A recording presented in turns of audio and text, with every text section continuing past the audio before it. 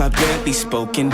Your words have been so broken. I've been under your hypnosis. Why did I sip that potion? I'm so done with holy ghosting.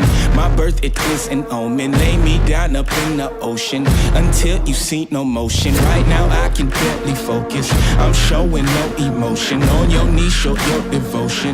My skin is black but golden. I'm not here for bragging, boasting. Ain't lying, I've been chosen. Mind is burning, hearts exploding. This is my magnum opus. Are you with me now? Said, are you with me now?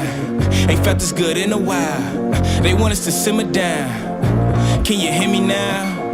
Am I going in and out? I stop and just look around to see if you're with me now. Tell me, are you with me now? Ready to put it down. Start at the bottom, already forgot them, but they won't forgive me now. You really ain't ready now. You haters just in the crowd, but still I just look around. Are you with me now? Are you with me? Step in the fire, get ready to take it higher. Real coming out your amplifier. Y'all want every black man to be rich and proud. Why these weapons up and turn into shy, huh? Cell phone became your brother. Internet replace your mother. You leaving homies on red. It's no wonder all your friends dead. Jealousy was a centerpiece. So my best friends turned to enemies. Sabotage my identity. Why they wanna treat me like a Kennedy? They wanna affect the legacy. Protect the heart, I cut off the extremities. I'll never be another piece in your recipe for social supremacy. Are you with me now? Said, are you with me now? Ain't felt this good in a while. They want us to simmer down. Can you hear me now? Am I going in and out? I stop and just look around to see if you're with me now. Tell me, are you with me now? Ready to put it down. Start at the bottom, already forgot them, but they won't forgive me now. You really ain't ready now. You haters just in the crowd, but till I just look around. Are you with me now? Are you with me now? Are you with me now? Said, are you with me now? Ain't felt this good in a while. They want us to simmer down. Can you hear me now? Am I going in and out? I stop and just look around to see if you're with me now. Tell me, are you with me now? Ready to put it down. Start at the bottom, already forgot them, but they won't forgive me now. You really ain't ready now. You haters just in the crowd, but still I just look around. Are you with me now? Are you with me now? Whoa. I feel it coming now. It's too late to shut it down. I'm waiting about now. Burning the valley down. I don't know where my mind is. Don't even know what time is. Somebody stop the virus. I don't think I survived this. I feel it coming now. It's too late to shut it down. Over the mountain now, burning the valley down. I don't know where my mind is. Don't even know what time is. Somebody stop the virus. Room full of bodies, but nothing but silence. Yeah, I'm quiet, but f*** all that shyness. Go crazy, turn this bitch into an asylum. You fly, but we ain't looking for pilots. I never bow down to a tyrant, His Highness. Even Jack said, f*** all them giants. What goes up comes down, man, that's basic science. Look at my iris and you'll see the fines. I'd rather not get involved with you. What's the problem, man? I'll solve all your sign. How you find when your time up? How you climb when your line stuck? Barbershop getting lined up. Yeah, your hair good, but your mind super clear. Uber everywhere. This sound like Superman is here. Are you with me now? Said, are you with me now? Ain't felt this good in a while. They want us to simmer down. Can you hear me now? Am I going in and out? I stop and just look around to see if you with me now. Tell me, are you with me now? Ready to put it down. Start at the bottom, already forgot it, but they won't forgive me now. You really ain't ready now. You haters just in the crowd, but still I just look around. Are you with me now? Are you with me now? All right. Welcome, ladies and gentlemen, to the WardRadio live stream. I am your host, Cardin Ellis, and today I am joined via Zoom by an award-winning cast. Wow, you guys are like a lot when the screen is full. We've got Luke Hansen, Jacob Hansen, and Brad Whitbeck here joining us. And today we're going to be talking a little bit about the Valuetainment podcast and our boy Cliffe Knechtle. Cliffe Knechtle, I think we pissed him off, guys. I think you pissed him off. He must have seen the video that we did like 4 days ago where we said why Cliffe Knechtle can't debunk Mormons. Because he came in with some hot sauce with our boy PBD and had some very unnice things to say about us. And today we're gonna go over this. Before we jump in, make sure you guys like the stream on your way in. We're going to get to these super chats in a second here. But before you go any farther, guys, what did you think, man? Was it just me, or did you get like 17 emails and messages like within an hour of this thing dropping? Yes, we got all the emails, we got all the messages. Everybody is excited and ready for this. Okay. Apparently. So I had people send this to me on Twitter like, hey, take a look. Okay. So should we just jump right into the first clips and just see what's going on? Should we just jump right in and then talk about it? Or you guys want to talk a little bit first and give an intro before we watch the clips? I'm being ecumenical. I'm being democratic right now. Brad, you choose. You choose. Should we give some background before we jump in, or should we just jump right in? I'm a fan of jumping right in. I think some background before we jump in sounds great. Okay, cool. Sick. So this is Patrick Ben David. All right. Believe it or not, he's from our part of town. He has 3 first names? Yeah, exactly. And what's funny is he actually used to be a local finance guy here in town before his Valuetainment podcast. In fact, the real estate agent that sold my house to me, like did like loans or some kind of loan officer, something to do with finance. And like they were in like the same networking groups and they'd go to like the same finance seminars and stuff. Back when he was just like, you know, a regular younger entrepreneur just starting out. And then he found this Valuetainment thing and has really kind of blown up in that niche. And so, yeah, I'm happy. Like he's a cool guy, but yeah, he used to be just like a local around town. And then now he's probably what, top 50, top 100 podcaster on YouTube, I'd say, right? Oh, If wow. not higher. You think so? Yeah, he's a big deal. He's a big deal. So, okay. Might be top 10, honestly. Yeah, that's a possibility. I mean, he's pretty big. So anyway, today on Valuetainment, our boy Cliffe Knechtle came on, and unfortunately, Mormons were big enough that everybody has seen us and kind of knows that we exist and what we look like when we're doing missionary work. But not everybody actually has a real Mormon friend. So a lot of people talk about Latter-day Saints without having talked to Latter-day Saints, which gives very dishonest or intellectually dishonest actors, such as our boy Cliffe Knechtle, an opening to say a lot of stuff about us that is not true. Yes. I don't think he's intellectually dishonest. I did. Bro, you cannot claim to be an authority on Mormonism as long and as hard and as he has without, like, there's way too many comments and way too many of his videos for. I think what we're seeing with Cliffe is something similar to what my dad might lovingly refer to in the medical school as specialist syndrome, where you get so good at the specialization that you are focused on that you begin to think you know more about other things. It's not an intellectually dishonest thing so much as it is just a blind spot. And I think that Cliffe, he does a lot of good work. He does a lot of really good work, especially on college campuses, talking to kids about the importance of Christianity, about the way that it is atheism cannot stand against it, right? He does a lot of good work. I think that he just maybe has a couple of blinders on when he starts getting into the realms that he honestly just doesn't know that well, right? Which happens to be the Church of Jesus Christ of Latter-day Saints. That's kind of my take as well, little spin on it. Thank you, Jacob. What bugs me, though, is that the people, like, you know, they don't bring us on to talk for ourselves. Like, you know, the Pints of Aquinas, like, they bring on people that are like ex-Mo and anti-Mo. And it's like, if you guys want to talk about Mormonism, it's like, why don't you have us on? Like, why don't we talk about what we believe instead of having other people on to talk about what we believe? That's the part that I don't get, and that does seem like a little, it's almost like it's not like you can't find Latter-day Saints who are willing to talk about their beliefs. Yeah. Well, I mean, they knock on your door. Like, yeah. See, what's really funny it's a very is common occurrence. Cliffe Knechtle makes for strange bedfellows. Like Brad Whitbeck and Jacob Hansen here just were agreeing that he's actually probably just a great guy. And there's a reason why they split the high priest group into two when they're going to excommunicate somebody. You know what I'm saying? And then like 7 of them go over here and argue on behalf of the guy, and 7 of them go over here and are like the prosecution, right? I just hope when I go to get excommunicated that Brad and Jacob are on my side and not against me, because I think he's a filthy grifter.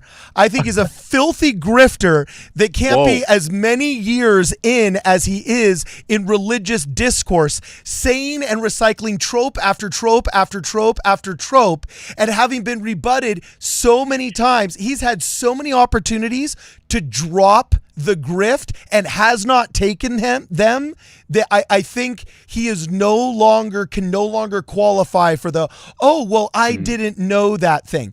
It's like you can't repeat a bunch of Jewish tropes. You can't be writing comic books that have all 17 anti-Jewish tropes in them for 20 years, okay? Before somebody says, somewhere in these 20 years, you probably should have stopped drawing them with big noses. Like, I just think that's, I'm pretty sure somebody came out of the woodwork and said, that's an anti-Semitic trope. You probably shouldn't do that.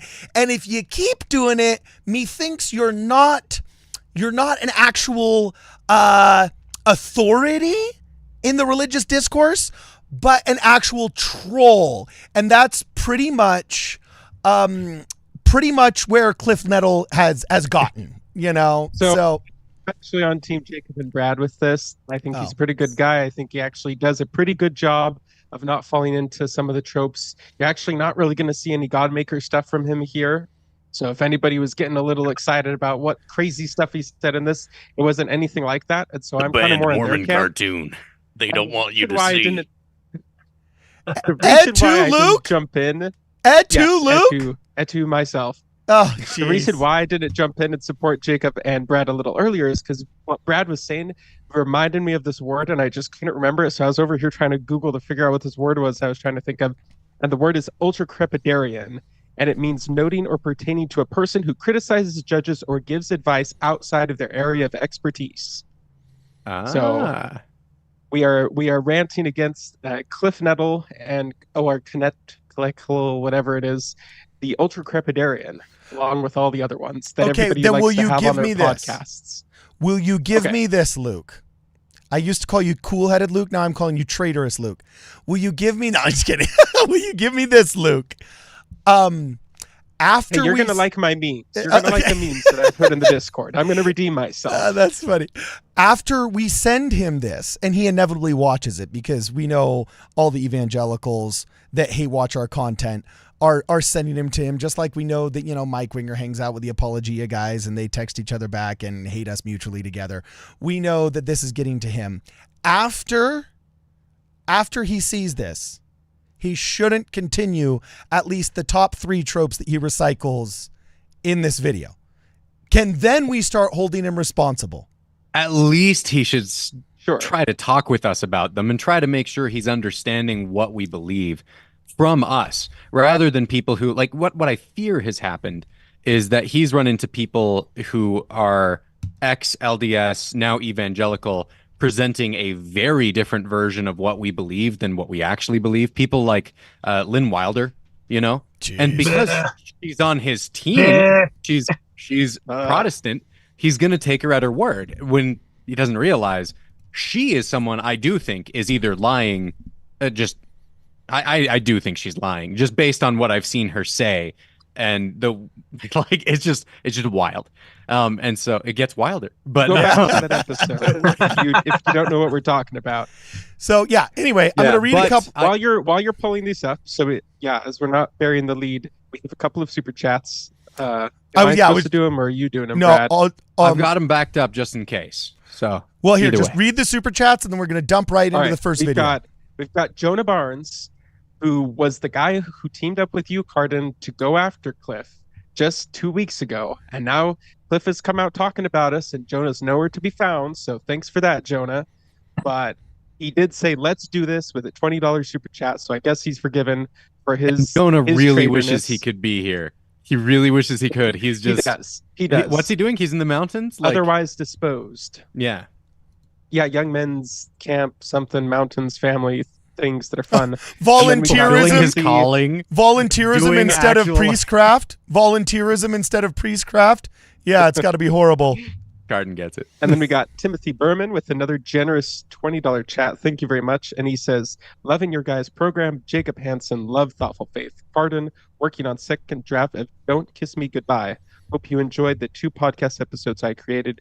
Keep up the good work. Okay. Awesome. Rock Thank on. you very much. Thank you very much. Okay, cool. So now, without any further ado, we're going to, I was going to say review Filthy Grifter, Cliffe Knechtle, but now we should just say a blessedly mistaken, wonderful, wish we could be his friend. Jacob loves being friends with all of these just heinously anti-Mormon, just like intellectual knuckle draggers. You know what I'm saying? Just because, I don't know, they fought atheists once with him 20 years ago back in Nam. You know what I'm saying? So here we go. Let's see what he says. Before we get into that, we missed Gid Godonut. Oh. He did say we need to free Rex Goods t-shirt. Oh gosh, Bring dang the it. t-shirt. I haven't sent that out yet. That's on. Jeez. Luke, can you help me remember that? Garden, man? no. I know, I will that's so bad. Just start texting you endlessly. Also, the Stoic Saint says, before I converted to the church and actually sat down with a Mormon to understand the teachings, I literally sounded just like Cliffe here. Oh, you know what, Stoic Saint? I would love to hear a little bit more of your story and why you say you sounded just like Cliffe. Actually, I doubt that because the perpetual line, We should just play what he's saying. it hurts your soul. So anyway, here we go. Let's play what he's saying. What is the difference between being a Christian, between being a Jew, between being a Muslim? Jews believe that Jesus was not the Messiah and was not a good prophet. And he obviously wasn't God. Muslims believe that Jesus was a very good prophet, and a typical devout Muslim has far more respect for Jesus than a typical American, because a devout Muslim believes that Jesus was born of a virgin, lived a sinless life, and because he was such a good prophet, God would never allow him to die on a cross, so he took him to heaven. They believe in Jesus as a good prophet. Repeatedly in the Quran, Muhammad says Jesus is not God. But in the New Testament, the eyewitnesses who saw and heard Christ insisted Jesus claimed to be God by both his words and his actions. So, you see, the basic issue is who is Jesus? And Judaism, Islam, and Christianity disagree. Oh, man, Okay, bro, So that's I wanted our the setup. sauce. That was actually a good one. That's God dang it. No. Does anybody have any objections so far? How's he doing so far? Seems pretty fair. Yeah, fair enough. He's nailing it according to my understanding of those faiths. I wonder if any of them would maybe present it differently. But Luke, you start with your best foot forward. You make them look the worst at the very beginning. You don't put out the milquetoast ones where it's like, oh, you actually got something showing- right. I'm showing how they got into this conversation. So we're the conducting word this. Mormon, Yeah. The word Mormon has not been said yet. And now this Did next he clip say- is now we're going to bring Wait. up the topic. did he say that the Jews believe Christ was bad? No. He said was a bad prophet. Or Was no, bad no, prophet? that he was. Jews, okay. The Jews say that Christ was like a bad I mean, prophet. I did serve my mission in New York, and I ran into a couple of Jews there. And, they didn't seem to represent him as a bad prophet. In fact, the majority of them that I spoke to seemed to highly respect Jesus. They didn't I believe think he was the like- Messiah, but I think They had what a he little means bit is of like different opinion back in the day, I think. No. Jeez. well, he's Well, talking about Jews slightly. now. Well, also, if you press, I mean, also, you may not, there's levels of religiosity, there's levels of sectarianism. I mean, like Ben Shapiro has commented on what he thinks Jesus Christ actually was, and he basically said a guy that tried to lead a revolution against the Romans and failed. We got another super chat really I fast. think what he means by a bad prophet is not like he was a bad person, but he was a person claiming to be a prophet that doesn't deserve to be Like a failed canonized, prophet, along yes. with the other prophets. Yeah. Yeah. So, Okay, so maybe that's his angle. Zachary Thornton says, Brad defending this or a guy maybe isn't a good thing. He purposely smeared us with telling half-truths. He knows. Don't be naive. Zachary, I like this guy. I like this guy. I will never attribute to malice that which can be attributed to incompetence. right? Oh, And but- so And to I'm- ultra-crepidarianism. yes, I don't think that it's like me being ultra like kind to this guy to say I don't think he knows what he's talking about when He talks about our besmirched religion. my faith, and I'm angry at him right now. And if you do not commiserate with me for at least 90 minutes on this live stream, what are you good for? We're running this whole thing like a freaking, like a high council excommunication. I want to excommunicate the guy. I want for him to be able to see that, like, hey, we're trying to understand where he's coming from, right? I'll interact with him as presuming he is a good faith actor, as long as I think I can, right? Okay. And we've seen people where I have gone past that point, right? Okay. Cliff doesn't go past that for me quite yet. Well, we'll see. We'll get number into 2. why. We'll get into why. I know we're trying to do the next clip, and I know we usually don't read non-super chats, but I just thought this chat was so cool. This is Anthony Gamblin, and he said, "I'm not LDS, but I had a great conversation with 2 elders today, and they got me to seriously think and pray about the Book of Mormon and the church." So hey, That's I mean, not that's all talking we can about- ask for. That's Anthony. awesome. That's sick. Actually, See, listen that's to intellectual the- honesty. Yeah, That's exactly. Okay, so number 2, we've got clip number 2 here. All right, Okay, so yeah, this is the PBD. actual meat now. Okay, within Christianity, let's kind of break that down. Biggest difference between Christian, non-denominational Christians versus Catholicism versus LDS Mormonism. Catholicism and non-denominational Christian churches hopefully stick to the orthodox Christian faith. One God, 3 persons, Father, Son, Holy Spirit, deity and humanity of Christ, sinless life, atoning death on a cross, resurrection, ascension to heaven, he's coming back a second time. Oh, and you did in the clip. It doesn't round the corner where he starts bashing on us. Man, That's clip 3. Oh. There's a couple of things in this clip I want to point out. Did you notice what Patrick Bet David said about us? What category he placed us in? Christian. Ooh, play it again. Yeah, rewind the tape so everybody can hear this. Okay, within Christianity, let's kind of break that down. Biggest difference between Christian, non-denominational Christians versus Catholicism versus LDS Mormonism. Catholicism and non-denominational Christian churches So that was it. hopefully stick to Yeah, PBD gets So it. yeah. So he said within Christianity, and then kind of gave the 3 branches as Mormon, Catholic, and Protestant. So like That's honestly a pretty good way to Props break on it him. down. Here we go. That fits it really well. Yeah, and by the way, do you ever notice that the layman gets it?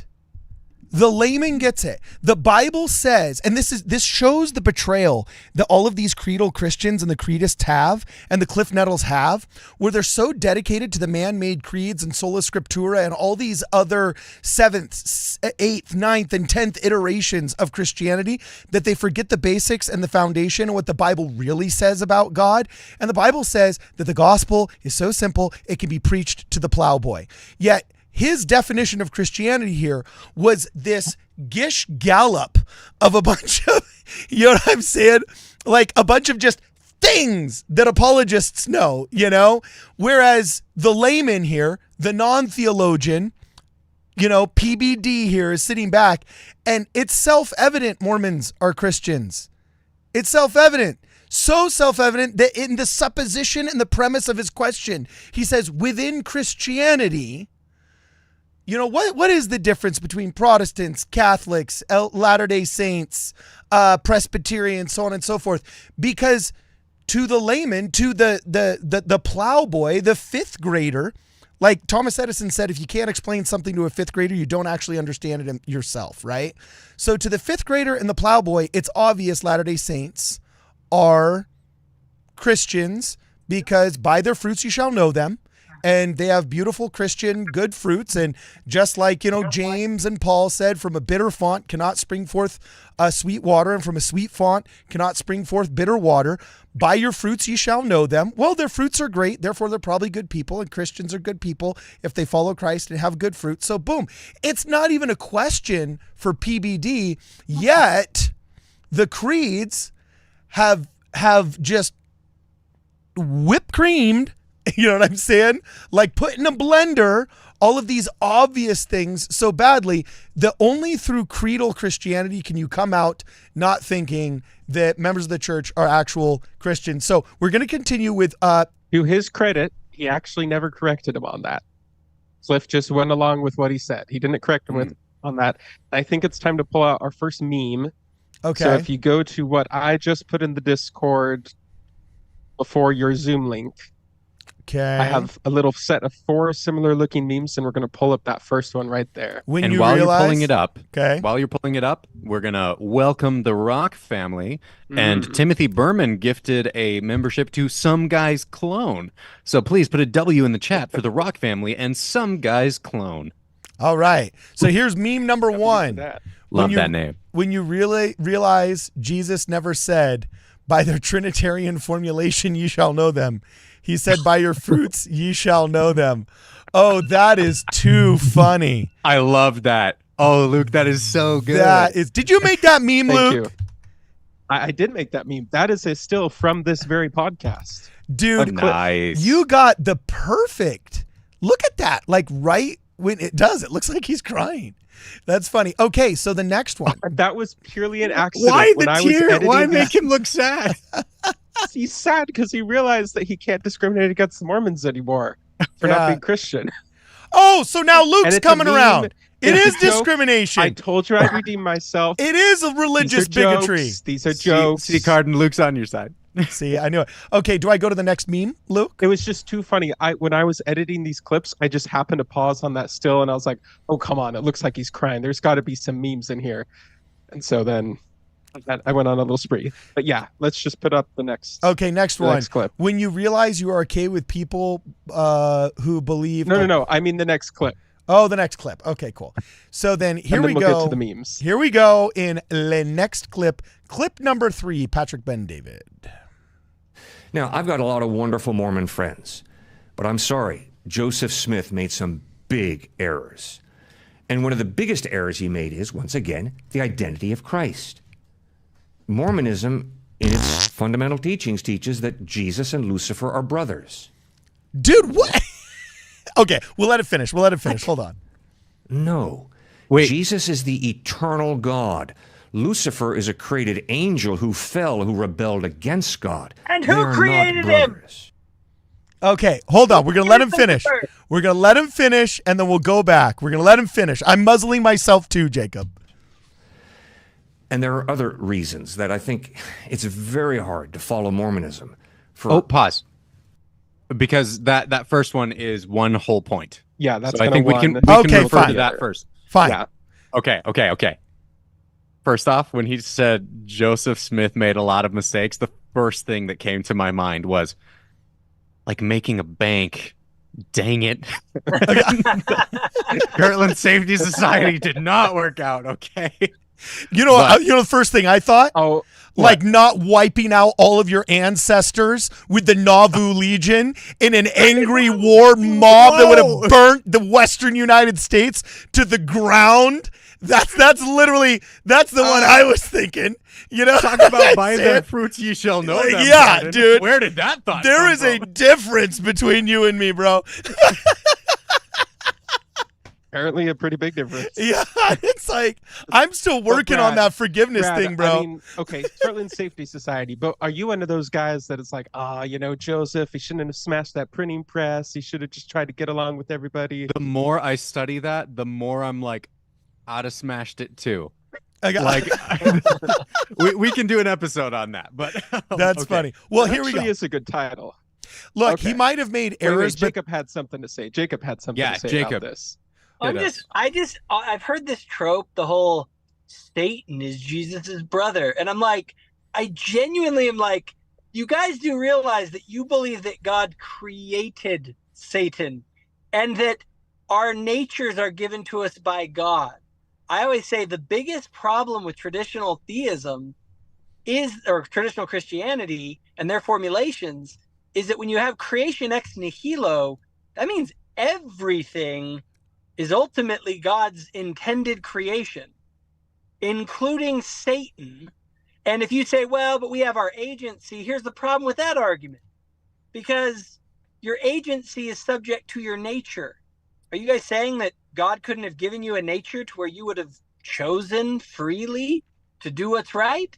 There's so many holes in this argument, but the problem is again, like, it's a lot worse in my mind that God created Satan than that Jesus and him happen to be brothers. Like, now here's the thing that I want to point out though, Jacob, because lest we adopt the language of our oppressors and reinforce this thought in Cliffe's head that we believe Christ and Satan are brothers in the way that he is thinking it, I just want to point out real quick, nowhere in our scriptures, our Bible, Book of Mormon, Doctrine and Covenants, not even in the temple, are Christ and Satan ever presented as brothers. That doesn't happen. When he says that Christ and Satan are brothers to the LDS, his Christian audience, and maybe him himself when he first heard this, thinks like the only begotten son, right? Christ is the only begotten son of the Father. They think Satan is also the only begotten son. Let me take you to where I think this might come from. This is the most boring part of the entire podcast, but if you'll all turn with me to the Pearl of Great Price. There, Brad. I'm there. I'm right there with you. This is awesome. In the Book of Moses, I'm going to read it all. I'm going to read it all and get to the point that I think he's maybe getting some of his understanding from. Moses chapter 1, verse 12. We're skipping past the part where Moses sees God, which we learn about in Exodus. Joseph Smith expands a bit on that in the Pearl of Great Price. Now, in verse 12, right after Moses sees God, this happens. And it came to pass that when Moses had said these words, behold, Satan came tempting him, saying, Moses, son of man, worship me. And it came to pass that Moses looked upon Satan and said, who art thou? For behold, I am a son of God, in the similitude of his only begotten, and where is thy glory that I should worship thee? So now, Cliff, think about this. In our own scriptures, we have Moses seeing Satan and saying, who art thou?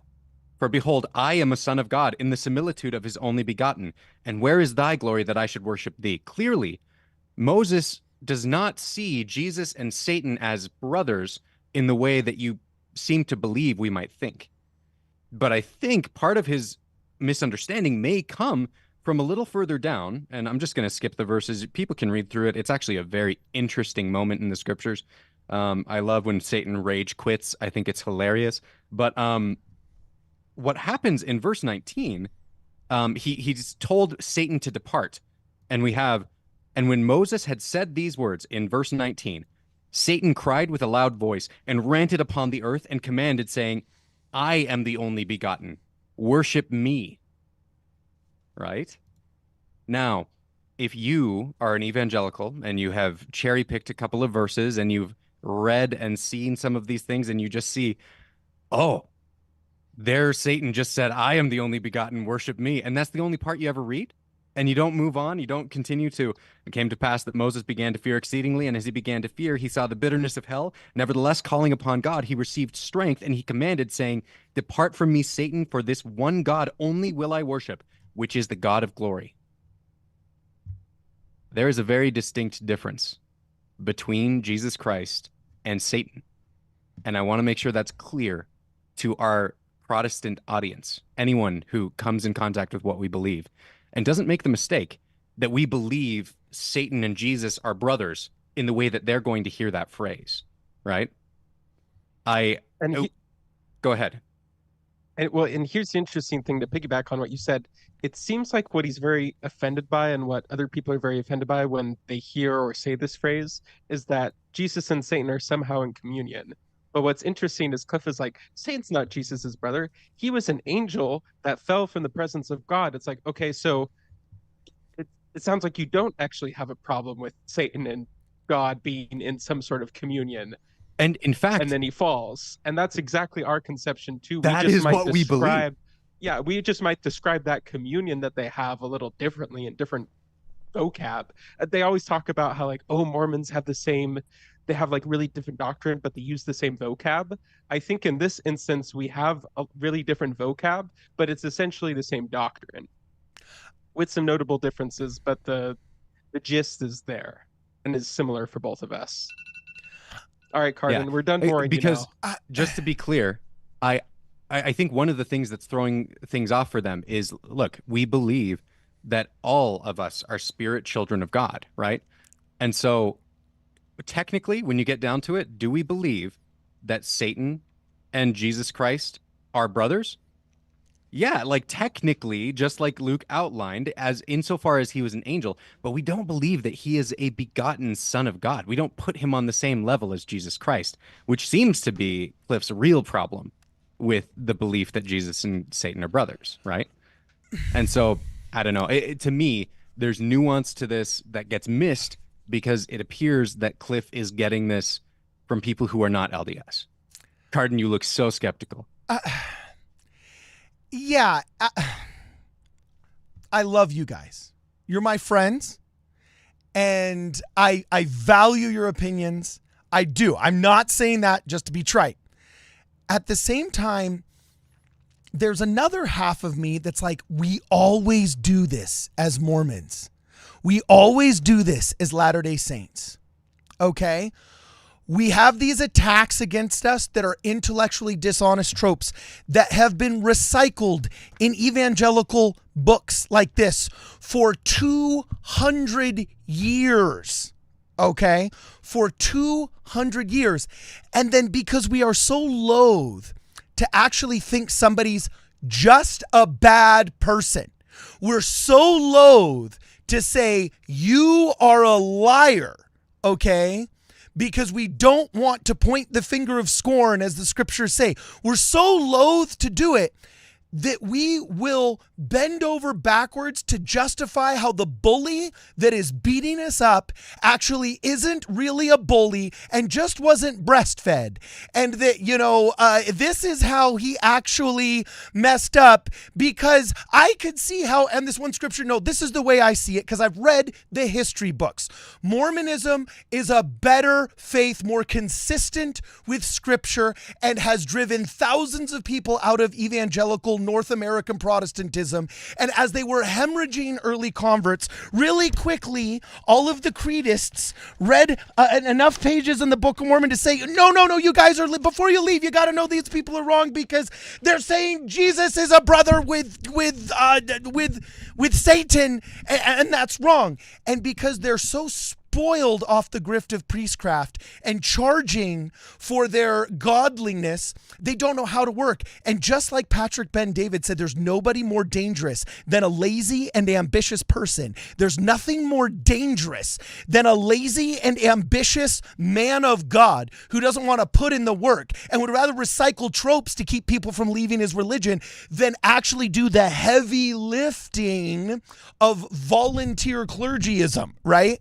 So it's these are excuses made by bad people that get recycled by more bad people because it's easier to recycle a trope than it is to actually do the hard work of figuring out if your trope is actually wrong. Pardon? Yeah. Can I give you a hug? Yeah. I think Cardin has a point. I'm going to give... No. I 100% think Cardin does have a point. I'm going to give a point to Cardin. I don't know enough about our friend here to be able to make any judgments at all. What I want to see more, though, is if they are engaging with the best of us. That's really what matters. But the thing is that they don't. And I don't know if that's because they don't know anybody, but it's sort of like if I'm going to attack a religious faith, I'm going to want to make sure that I've heard the best voices from their church, the strongest arguments before I offer a critique. Now, what I do want to say and Jacob practices what he preaches. In less than a month, he's getting on the stage with Trent Warren on Pines with Aquinas, debating the Book of Mormon. But to defend myself from these terrible and heinous attacks from Cardin, I'm just going to point out that wasn't, at least for me, that wasn't really addressed to Cliffe. That was addressed to the people who might have shown up in this video having watched Cliffe and then come here for the other side of the story, just to give them my perspective. I'm under no illusion that I'm going to, it sounds like Jacob's trying to talk, but he's muted. I'm under no illusion that I'm actually going to reach him with these type of comments. Okay. And just as a palate cleanser, I do have another meme. The second meme is apropos to this part of the conversation. Okay. And so we can pull that up now. As he's pulling that up, Cardin, I want to say that I do think that everything that you said is valid and could be possible. It could be what's going on. But are you also open to the idea that Cliffe could be a guy who is very concerned with the salvation of the souls of the people he's talking to? And he is very focused on trying to save them in a manner in which he has been saved.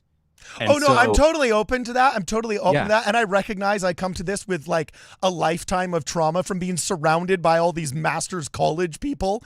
You know what I'm saying? In my freaking hometown, living in the shadow of John MacArthur, not being able to go through, finish my freaking high school soccer tryouts without 3 of these pastors' sons surrounding me in the quad, telling me how I'm going to hell as I'm trying to finish my Taco Bell burrito. You know what I'm saying? And it's like, so yeah, I've been listening to these stupid tropes my entire life, and no amount of positive engagement with these people have made them like, there's enough about the Church of Jesus Christ of Latter-day Saints that you can legitimately disagree on. I would think that the legitimate disagreements would carry more water if you would just freaking drop the illegitimate ones.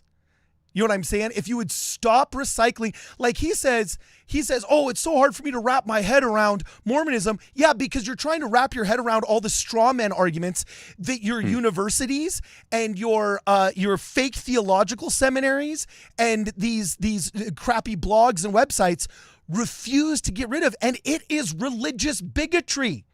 It's religious bigotry, and we have to call it what it is. It's not intellectual honesty. There's a point where it's religious bigotry, you know? And so he's past that point. We need to start recognizing it. If this was done about Muslims or Jews, it would be called out in the public square, but it's not, because it's us.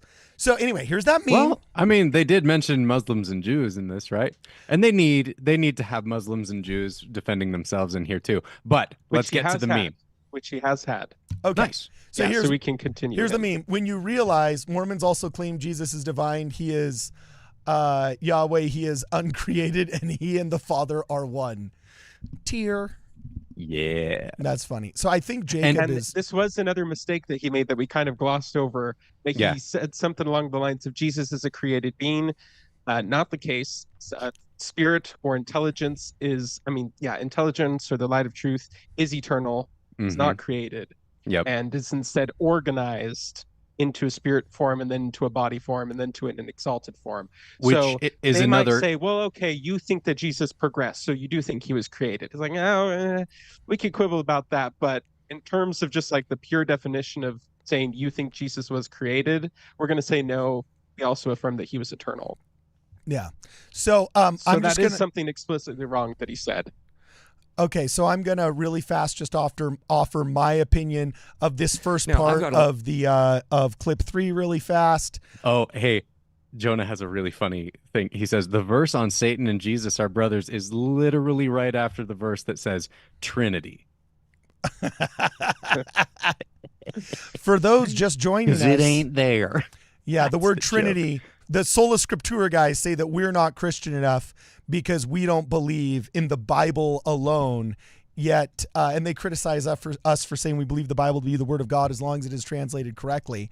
And then they come around and say we're not Christians because we don't believe in the Trinity, that word that doesn't show up in the Bible. So anyway, here's my thoughts on the, I'm just going to play it one more time so everybody can hear it and I can react really fast. A lot of wonderful Mormon friends, but I'm sorry, Joseph Smith made some big errors. And one of the biggest errors he made is, once again, the identity of Christ. Mormonism, in its fundamental teachings, teaches that Jesus and Lucifer are brothers. Okay, here's my thing. Joseph Smith made tons of errors in his life because, yes, he is a man, just like Moses made errors, just like all kinds of prophets in Scripture have made errors. They were not theological ones, and they were not revelatory, okay? And so when you come in and you say one of the fundamental aspects of Mormonism, that's an absolute lie. This is not one of the pillars of Islam that we teach here. When the missionaries go out and they teach the 7 discussions, okay, what's the very first part of the discussions? Did you have to memorize the discussions, Luke? Or are you one of those righteous missionaries that they... Dude, I didn't even have to... do the discussion. That was a long time ago. Okay, I dated How myself. old are you, Cardi? I dated myself. Okay, I had to memorize the discussions, and guess what discussion 1 is? You are a beloved child of God. He is omniscient. He is omnipotent. He is all-knowing and all-powerful. That's literally like the extent of the first discussion. God exists. His son is Jesus Christ. Jesus Christ died for our sins. You know, all just basic Christian tenets. Nowhere in any discussion, nowhere in any conference talk, nowhere in any stake president's discourse or sermon did somebody get up and say, this is a fundamental tenet of Mormonism that thou shalt understand in order to be a true member of the church. That Jesus and Lucifer are brothers. And this is so revolutionary because ... nowhere has that ever been said. That's never even been insinuated. This is a weird extrapolation that all of these people try and get to that is frankly just a cope. And I really don't like it when the people that want to be snarky and tell you around the dinner table when you're like the token Mormon friend that gets invited to their Bible study barbecue, where they all have to fake Christian niceness to you, but they all literally think you're a devil with horns who's dragging their friend on your soccer team to hell. And you know that behind closed doors, they say nothing but horrible things about you. Okay. That these same people that want to tilt their head and say, well, aren't we all children of God? Or aren't we all brothers and sisters? ... in God's way. You know what I'm saying? If you believe God created everything and that we are all children of God, well, then you also believe that, unfortunately, the worst among us are also children of God with the best among us. That guess what? Mother Teresa, child of God. That jerk, abusive husband, unfortunately, also child of God.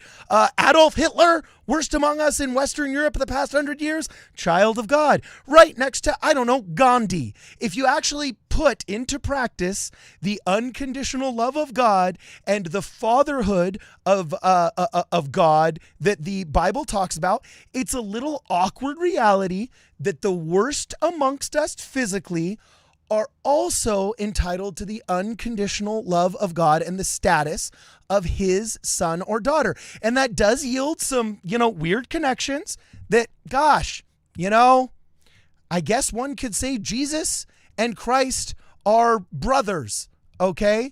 But nowhere is that taught. You mean Jesus and Lucifer? Sorry, Jesus and Lucifer. Yes, thank you. That Jesus and Lucifer are brothers. But did you just mix up the Lord himself and well, they're twins. They're twins too. They're twins. We forgot to say they're twins. They're twins. Is that what the band Mormon cartoon says? I've never. Oh, we can't hear you, Jacob. We've got a Jacob Hansen. Here. Oh, can you guys hear me? Yes. Can you guys hear me? Yes. I was going to say, the problem is you guys are making the assumption that traditional Christianity teaches that all people are children of God. That is not the position of traditional Christianity. Yep. Christianity, you become an adopted son of God when you accept him. You are not we are not all brothers and sisters. We're all image bearers, they will say, because we're all made in the image of God. But it is not true in traditional Christianity that we are all children of God. That By the way, what a silly cope that has nothing to do with reality. I'm sorry, but like, I married into a big family, okay? And I'll be honest, some of my aunts and uncles that had like 7 kids, 1 or 2 of them were duds, all right? They're duds. Okay. And wouldn't it be just totally awesome if every parent out there that had 5 successful children and then 2 boneheaded children could just say, well, the 5 successful ones, those are actually my children. But the 2 duds and the 2 boneheads and the 2 potheads and the 2 losers, oh no, they're just image bearers. They just look like me. They're not really my children. They just happen to have my eyes and my face and my wife's hair and, my big toe. But and they're ignore just the fact image bearers. that I said that they shall be joint heirs with Christ. No, they're not mine. No, they're not in the will. Don't worry, they're not in the will. In fact, I loathe them. And I don't unconditionally love them as a father. Like, it's such a silly, it's a cope that they make up when a 5-year-old or a 5th grade plowboy says, wait, that doesn't make sense. Okay? So anyway, I'm getting back to my original point, which is right here. He continues. What?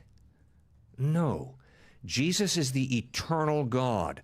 Lucifer is a created angel who fell, who rebelled against God. They are not brothers. And there are other reasons that I think it's very hard to follow Mormonism. Pause real fast. Yeah. Notice how he says, Lucifer is a fallen angel who rebelled against God. We believe that too. And then he doubles down on, they are not brothers. As if we don't share the same belief that he's a fallen angel, right? So I think he just doesn't understand what we believe, right? That's the simplest explanation to me. Okay. Then he should relinquish his title as an authority on Mormonism. Absolutely. Yeah. Yeah. But he We're in won't do that. He won't do that because there's money in it and you get invited on PBD, on Valuetainment. So anyway, here we keep going. We should probably do these super chats that have piled up. Oh, crap. Whilst we are getting ready to finish the rest of that clip. Here. So we got the... Can I start with one that applies a little bit? Yes, hit it. Sure. So with Hugo Martinez, he says, honestly, I respect Cliffe and his son and appreciate how he challenges atheists. However, I'm surprised that he relies on the most basic and commonly debunked arguments about the church. So Hugo's kind of in the middle ground here between us. That's okay. Though he can be in the I tent. will say, He's probably where I am. Yeah. He's probably there with Luke. Now, Carden, you missed a little earlier. What? I said, are you not with me? Did you leave me, Brad? So in the chat earlier, Carden, people were putting an H in the chat to give hugs to Carden. And while that was happening, Rex Good said, I'd give Carden a hug, but I'm shirtless and it might not be appropriate. Or maybe it would be amazing. I hope you're sweaty too. Oh, sweaty gosh. and shirtless. Okay. Anyway, other super chats. Okay. And then Jonah. Oh, yeah. Jonah, we read this, but I'm going to read it again because you super chatted it and it's hilarious. The Satan and Jesus are brothers verse comes right after the Trinity verse and before the hate Mormons verse. It's good stuff. Man. And then some solid doctrine in those few verses. Yeah, Luke, take it away. Oh, I'm not where we are.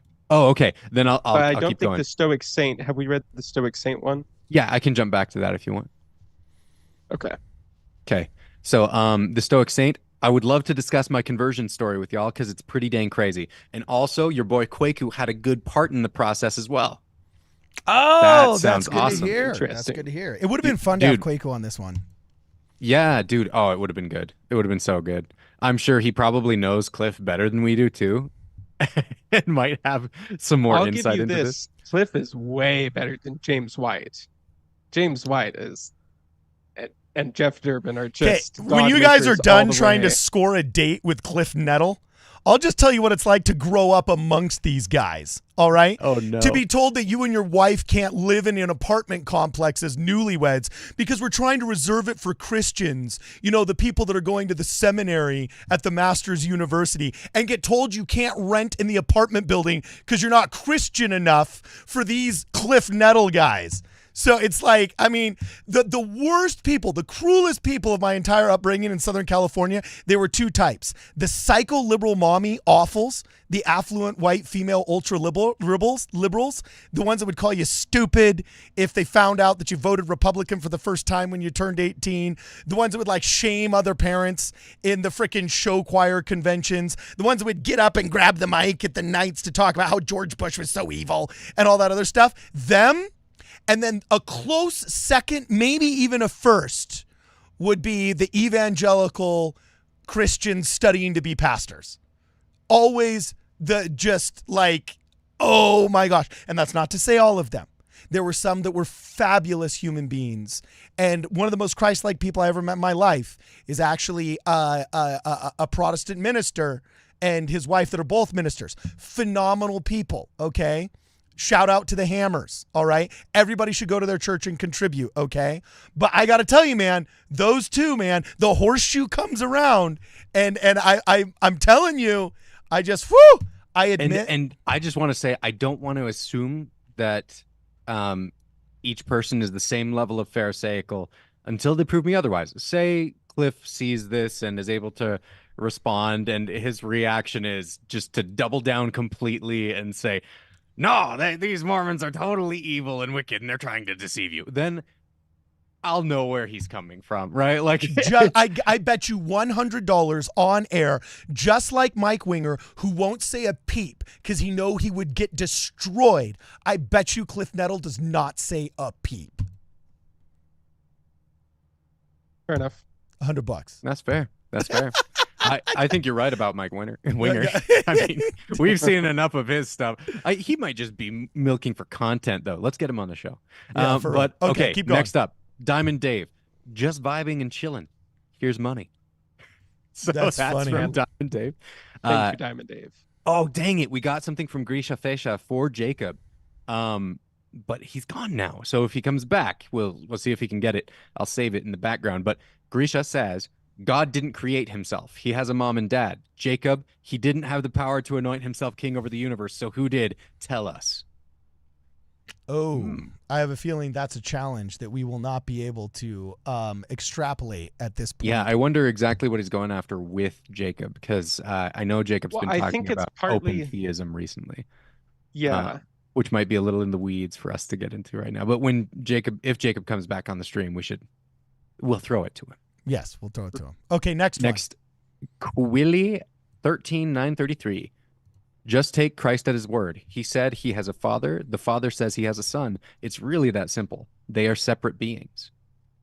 I really do think that a plain reading of the scriptures suggests that Christ and Jesus as a Trinity are unified in their purpose. When I read John 17, that's what it comes across to me as, right? It does not come across to me as what the creeds establish with them being one substance. And I think that Jacob Hansen and I were just talking with another Christian the other day who was saying literally everyone that he talks to shares that similar understanding. Everyone in the pews, you know? Well, and can we just talk about how hypocritical this is and why I call it religious bigotry? Because they allow wiggle room for everything else in Christianity.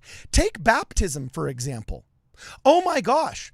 You go to the Trinitarian church, you go to the Presbyterian church, you go to the Methodist church, there's 7 different methods of baptism. You go to Crossroads and they pull out like this one of those cool baths that like the weightlifters, go doing their cool plunges in, right? And then they put on these hip t-shirts with Jesus Christ looking like, Pacific Sunwear made the t-shirt, and it's got their day that they were baptized written on it. And then to like straight up rock and roll music, they dunk these people, okay? And some might consider that irreverent, some might consider that disrespectful, but they overlook it. Vodi Beauchamp, he'll overlook that and say, no, that's a Christian, baptism and so on and so forth, even though there's somebody over here who says, oh no, baptism actually isn't even necessary at all. It's kind of more just like a symbolic spiritual thing, and you don't even have to do it. And then there's 15 iterations in between where some say, oh, if you just go out in a river and kind of submerge yourself, you don't even need priesthood authority. Others say, oh, it can be sprinkling and so on and so forth. There are 50,000 different versions of baptism that can be believed in, even though in the scriptures Jesus Christ says there's really kind of only one, and he showed the way to do it, and he says that you can't even get into the kingdom of God unless you are baptized, okay? Yet they think it's fine to have a broad spectrum of beliefs in baptism that Jesus Christ declared absolutely necessary to get into the kingdom of God. But the second you step on their Trinitarian toes about the creeds and about their definition of the Trinity, there's not allowed to be any wiggle room. There's not allowed to be any wiggle room whatsoever on the nature of the creeds. Why? Because that's the one thing that the Mormons really fundamentally have a difference on. So when you're homing in on the only thing that one specific sect disagrees with you on and make that the defining characteristic, and you only have a problem with that one question, it means you're bigoted towards that group. I feel kind of prescient because this is exactly the next meme that I made. Is basically summarizing this exact point that you just made. Okay. Here's the meme. So it's the third meme. Okay, third meme right here on the screen. It says the following: when you realize you are with people who believe God sends people to hell through no fault of their own, but Jesus and Satan being brothers is a step too far. Oh, jeez. You're a savage, man. It's like this weird thing. It's like Calvinism. Yeah, that's fine. Catholics and Protestants have a different canon. Yeah, that's fine. Completely different concepts of baptism. Yeah, that's fine. You think we need a priesthood authority. We think there's a priesthood of all believers. Yeah, that's fine. If people don't have free will, that's fine. Jesus and Satan are brothers. No, that's absolutely no. We can't have that. Like, and do you know what I think some of this is? Weird spectrum of like, yes, no, not that one thing. Yes, to everything else. Do you know what I think? Yeah, go Brad. Yeah. What I think is probably going on here is that this is a little bit of a top-down thing, that these are arguments made by pastors that get passed on to their congregations. These aren't things that people in the congregation find on their own, you know? And this is from pastors losing large portions of their congregations to LDS missionaries throughout the years, right? And I do think that this sort of argument is going to start to fall apart. As more and more people are able to see what people in the Church of Jesus Christ of Latter-day Saints actually believe, they'll start to recognize, oh, okay. I get it. Like, no, Latter-day Saints absolutely are Christians. Like the guy that Jacob Hansen and I were talking to just last week. So, which was a fantastic episode, by the way. And people should go and watch it if they haven't. Dude, it was good so stuff. good. It was good stuff. Dude, that guy is just, when you talk about someone who's actually intellectually honest, this dude is the poster child of intellectual honesty. So if you guys haven't yet, go to Thoughtful Faith, watch that episode. It's awesome. Any super chats to catch up on, Brad? Yeah, we got a couple. I'll catch up on those real fast. So we've got Timothy Berman says the anti-Mormon trope regarding Jesus and Satan comes from the Tanners and picked up and popularized by Ed Decker, author of The Godmakers. So it was evangelical ex-mos. I am vindicated. So, well, and by the way, whenever you hear them say, gasp, pearl clutch, Jesus and Satan are brothers in Mormonism, that's just their weird evangelical twisting of the basic concept that all of us are children of God. Yes. That's it. It's like they've literally found a way in their hatred and bigotry of Mormonism to twist one of the most fundamentally beautiful aspects of God, his love for all mankind, and the fact that we are all his children. They found a way to twist even that very most basic and beautiful doctrine, all right, into something bad, much like political leftist secular progressives. So that's why I say in the horseshoe, it's the same thing. Keep going, Brad. All right. So moving on, we've got Carolyn Wright Gaines Music. Carden. Hey, Carolyn Wright Gaines Music. Woo-woo! Yeah. That's as good as 10 hugs. She says, love my WardRadio family. Thank you for being here. I needed this tonight. Hugs from Idaho.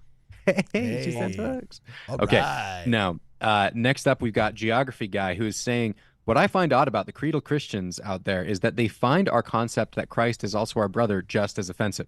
That's actually true. Yeah, there are some of them out there that I have spoken with that feel that way. I don't know if that's ubiquitous among them, but I have met those creedal Christians who think us saying that we are literally joint heirs with Christ, quoting the Bible, will get offended and say, no, you're not the same as Jesus Christ. That's heresy, right? That's heretical to say. And I'm like, no.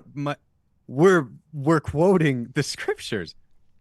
Can we stop calling them creedal Christians and just accept that they have a false religion and idols that they worship? Super chat card. That they just worship the creeds. They don't worship God, because if they did, they'd be nicer.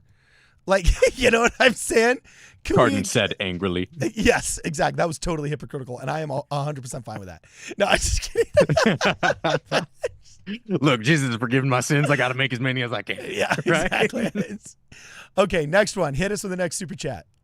Okay, next up, we had Unity Spirit gifted a membership to Carter Cromar. So please leave a W to welcome in the chat, Carter Cromar. Thank you, Unity Spirit. All right, Carter. What's up? And then we had one from Hugo Martinez, but I did not see an actual super chat with it. So Hugo, if you want to at me and say something, if you had a message to add, please do. If not, thank you for the super chat. Yeah. Mm-hmm. Okay. And we're all right. Okay, cool. Yep. Well, then let's finish this clip, and then we'll finish this clip, and then we'll move on to clip 4. This is the end of clip 3 right here. Boom. Clip 3. That I think it's very hard to follow Mormonism for intellectual reasons. You got to be intellectually honest. And Joseph Smith, nice guy in many ways, but boy, oh boy, did he ever twist some of the teachings of Christ, not the least of which is polygamy. How about, it's so hard to follow creedal Christianity.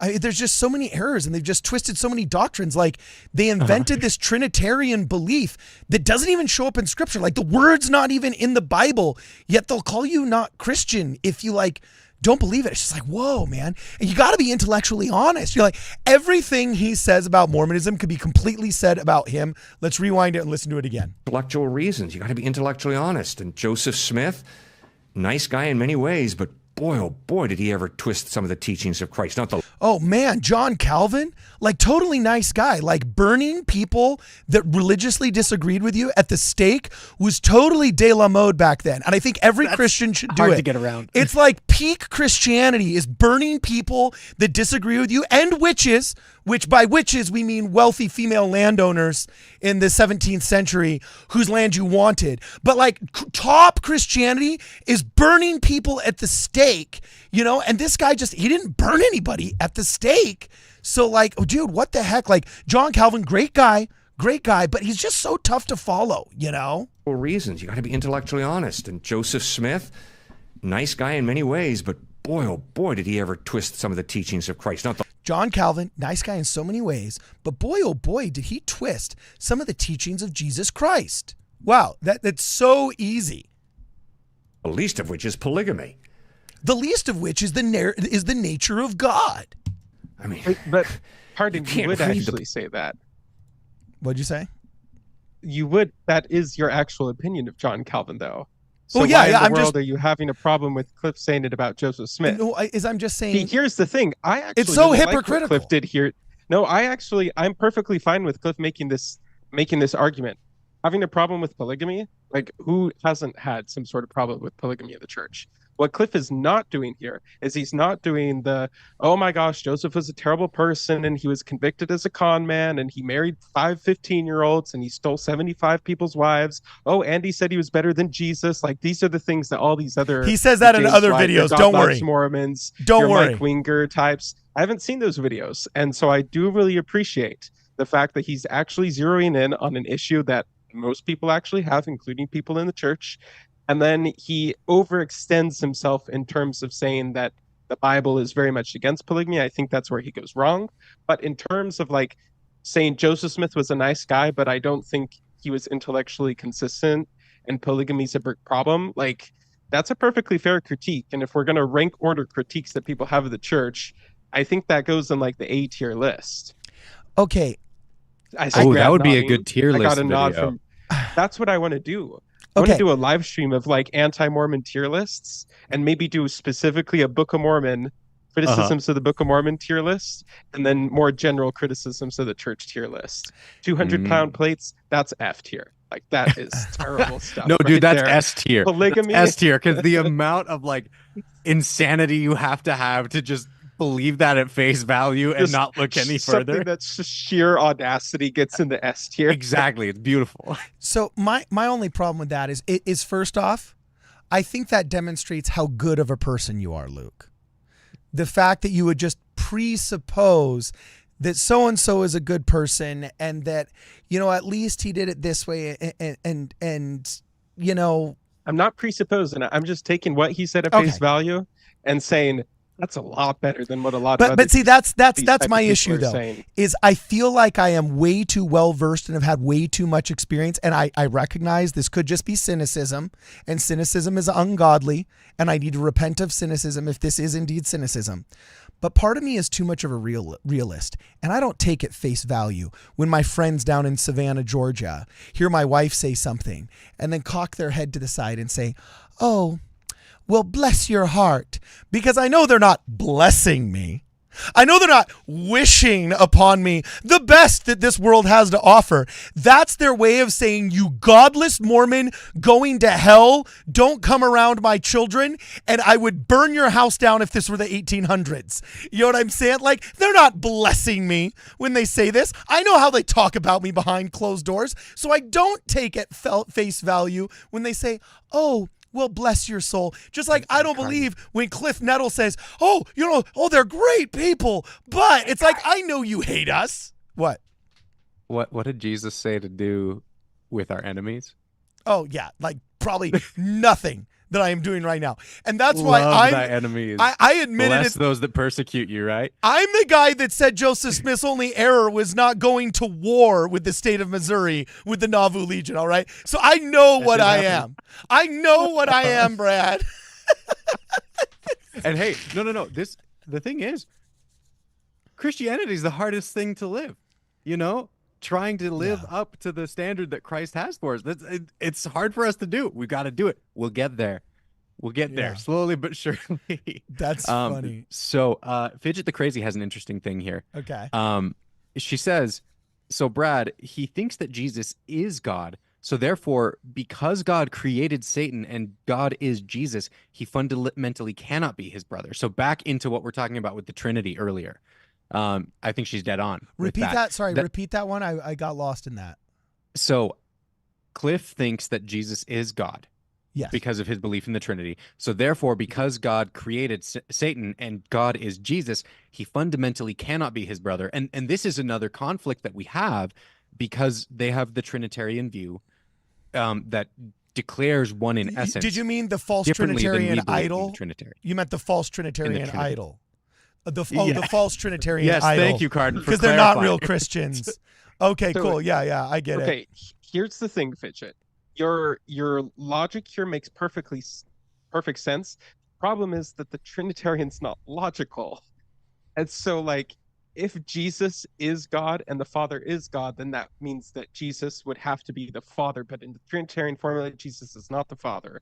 So you can actually, in Trinitarianism, you can have kind of this Schrodinger's cat equation of like a superposition of two different states that they exist in simultaneously. And I'm actually kind of describing modalism here, but that's the problem. You can't actually really define Trinitarianism without either claiming mystery or getting into a heresy. And so what you're saying makes sense. It just doesn't make sense in Trinitarianism because Trinitarianism doesn't follow formal human rules of logic. In one sentence, let's watch Cliffe Knechtle. Let's watch Cliffe Knechtle, the guy that just lectured us on Joseph Smith being illogical and Mormonism being intellectually dishonest. And you have to be able to follow the philosophy and follow the logic and be able to follow. Watch him try and explain to a Muslim convert the Trinity. Watch him try to explain to an elementary schooler the hypostatic union. Watch him try and explain how Jesus can have no parts and passions, but he came down and, well, he was passionately engaged in loving, which is technically emotion, but he wasn't actually there because he was also up in heaven as God while simultaneously being everywhere else as the Holy Spirit, because like they're all three things, and those three things are actually monotheism, and everything else is just like bodily because like, corporeal body, like except for angels. Like we don't know how to explain that. So, like just you're stupid if you don't get what I just said, you idiot. Like that's literally what these guys are trying to sell. I think I've seen Cliffe say that word for word in one of his videos. That's precisely how man. Come the on. arrogance of these cats, like Joseph Smith. It's just you got to be intellectually honest. Oh, in 15 here's words a point or that I want to drive home. I think the things that we're talking about right now, you are going to find a lot more pastors and evangelical preachers who believe the things that we are speaking. That we're talking about when it comes to the Trinity. I think a whole lot more of their people in their congregations believe in the Trinity in the way that we do, right? Oh, yeah, between the pastor and the pew, yeah. Yeah, the difference between the pastor and the pew here is massive. And so one thing I want to make sure is that we don't perpetuate this divide by treating it as though general creedal Christians believe this, because I don't think that they do. I think that it's their managerial class that believes this way. And Well, that and even when you get into like a sermon, or even in different parts of this interview, and Cliffe is talking and it's not talking about Mormons, they're like, yeah, so there's like God, and he has the son, and he sent his son, and the son like sacrificed, and God put all of the sins on the son, and it caused the separation between God and the son, which the son had never felt before. And that's why he said, my God, why hast thou forsaken me? Like, they're explaining this totally in the verbiage, and they're not, correcting them, but of course we know they're the same person. They're not saying that, every other sentence. They're just explaining it as if these are two different people having not a normal human relationship, but having the type of relationship between themselves that we would think as two separate people having between themselves. And so they're perfectly fine talking in those terms, which is a very biblical way to talk about it. It's just when they get to the very specific topic of like, why are Mormons wrong, or why do we have this creed, that then you start to get into the nitty-gritty of they're like three but they're one, and the essence and the persons and the what's that big word that they use to describe the condescension of God, the hypostatic Or union. maybe they're just that jazz. bad people whose only talent is religious bigotry, and in the real world of professionalism, they couldn't make a dime as a plumber, so they end up just recycling these tropes. Carden.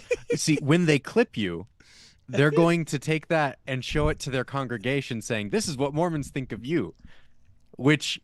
No, they're not making not money. Case. No, these are the paid priestcraft. That doesn't matter. What matters is, I don't think the general creedal Christian in Protestantism is as diehard about the Trinity the way their pastors and preachers are. Oh yeah, I'm talking about Cliffe Knechtle. I know, but make sure, I think the more clear we are about that. Okay, let me be clear. Cliffe Knechtle is an artist. Okay, we'll finish the clip here. Here we go.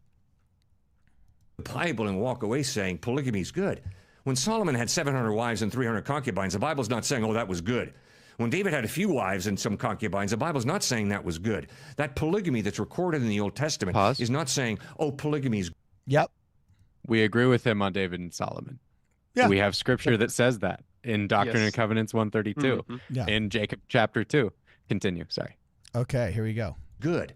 No, right at the beginning in Genesis 2:24 we read, for this reason a man shall leave his father and mother, be united to his wife, and the two shall become one flesh. Not the 10 become one flesh. The two become one flesh. So God's purpose in creating us male and female is, for this reason a man shall leave his father and mother, be united to his wife, and the two shall become one flesh. That's not polygamy, that's monogamy. Okay, my only problem with this too is like, when is this polygamy argument going to run out? Like, I don't say to Cliffe Knechtle, because you believe in Abraham, who was a polygamist, because you believe in the Old Testament, you believe in polygamy, and you're a bad person and your faith is illegitimate. Like, it's like, at what point does a discontinued practice of Solomon, of, like, even if we were to give them, it wasn't commanded by God, and it was just a prophetic error, like, I don't know, Moses killing the Egyptian. Even if we were to give him that, at what point can religious bigots, sorry, I meant Cliffe Knechtle, stop trying to make this as an argument? Like, what's the expiration date on this? Because I don't come to him and say, no, you're a bad person because you venerate Abraham, who was a polygamist. Yeah, so here's one thing that I want to say on this point. I think that when he talks about logical consistency earlier and then goes on to talk about polygamy, I'm like, wait a second, Cliffe. Wait a second. The Latter-day Saints, the Church of Jesus Christ of Latter-day Saints, has the most theologically logical position on polygamy of any version of Christianity. Because as it says in Jacob 2:30, we believe that God will command polygamy at certain times. That is consistent with the way that Abraham and Jacob are treated in the Bible, with the way that you have people being treated all throughout the Bible. You actually have some polygamists being listed as people who never did anything wrong against God in the Old Testament. And so if he wants to be logically consistent. He needs to provide a way how that can happen. Our church has that. God commands it at certain times. Now, I see where you're coming from, Cardin, with you're saying, how long do we have to endure this criticism? Because we have stopped the practice of polygamy. Just like God stopped the practice of polygamy before, he has stopped it again. He had it for a time, and now it's past. He needed to raise up righteous seed, and he did.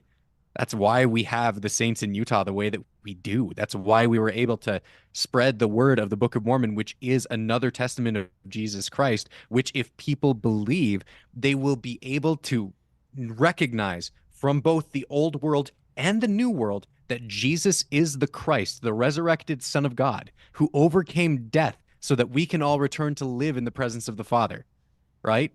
Think about what all of this means. It is absolutely amazing. And I don't think that Cliffe recognizes that. And I hope that he can. I hope that he finds out. I hope that he can take the time to listen to what we're saying and to strive to listen and understand where we're coming from. Because I think if he's able to hear it from people like us, and I'd like to have him come on the show and talk to us about it, because I think if he understood where we were coming from and heard it from us, rather than hearing it from people like the Tanners, nice, rather than hearing it from people like the Tanners or from, who knows, maybe Lynn Wilder, I don't know who he interacts with in these evangelical spheres, whoever he's hearing it from, I think if he heard it from us, he would be able to understand where we're coming from and maybe recognize the fruits, the good fruits that Jesus Christ was talking about when he said, by their fruits ye shall know them. Okay, that is what an actually truly open-minded Christian person who is trying to fulfill the book of Matthew's admonition in chapter 15 to approach thy brother, and if you have a disagreement with thy brother, to actually work it out with thy brother, and you may have gained a brother. If that's what Cliffe Knechtle actually is, he will reach out and we'll have that discussion, and I'll let you do 90% of the talking. You know what I'm saying? And we'll see if Cliffe Knechtle is actually one of the intellectually honest people that he says you have to be when engaging in discussion about Joseph Smith. I will tell you, I doubt it. And in my mind, the fact that he doesn't, despite numerous invitations to do so, is demonstrative at best of Jonathan Haidt's discovery of the righteous mind that actually rewards activist thought instead of, opposition thought influencing activist thought. At best, it's that. At worst, he's a grifter who chooses not to engage, not to allow public challenging of any of his thoughts and ideas, because that doesn't make him money in the evangelical business model of North America. So, Cliffe Knechtle, here's your invitation. We will fly you in to WardRadio, okay? We're going to fly you here, stick you up in the nice hotel they put the Disney executives up in town. And you can come and you can sit in that chair right there. Bring whoever you want. Bring your bestie. Bring your wife. Bring your biggest kids. Bring your bodyguard. Bring your son that's in the videos on the college campuses with you. Bring whoever you want. And we'll sit down and talk and see if this can't be worked out Brad style. And if it really is just some kind of misconception that's lasted 30 years, or we'll offer some pushback. Now, someone actually brought something up cool in the chat. They said in Matthew 8, 10, and 11, Jesus specifically said Abraham, Isaac, and Jacob were going to be in the kingdom of heaven. There will be polygamists in heaven according to Christ himself. Ooh, I haven't even thought of that one before. Thank you, Logan, for sharing that with us. Yeah, We also need to talk about that verse that he gave where it's like, a man shall leave his father and mother, cleave unto his wife. That verse doesn't preclude that there could be another. It doesn't say, and the man is in no other marital relationships in the verse. Like, all it's explaining is how marriage should be between two different people, between a man and a woman. It's not saying that he can only do it one time or the woman can only do it one time. It's all it says is what it is like between those two people, and he's trying to use it to preclude polygamy, but it never says that. It's a bit of an extrapolation on the text. There used to be Christian sects that would disallow women from ever marrying again. I mean, Actually, there was women who lost. There was, like, for example, I have family members during World War II. Young woman in my family tree got married only 2 weeks before her husband was deployed in World War II. He gets shot like 10 days into his deployment, and she's a widow. She's a widow having spent one honeymoon with this man. According to some brands of Christianity that quote that exact same verse, she has to be celibate the rest of her life because she married, and what God hath put together, let no man toss asunder.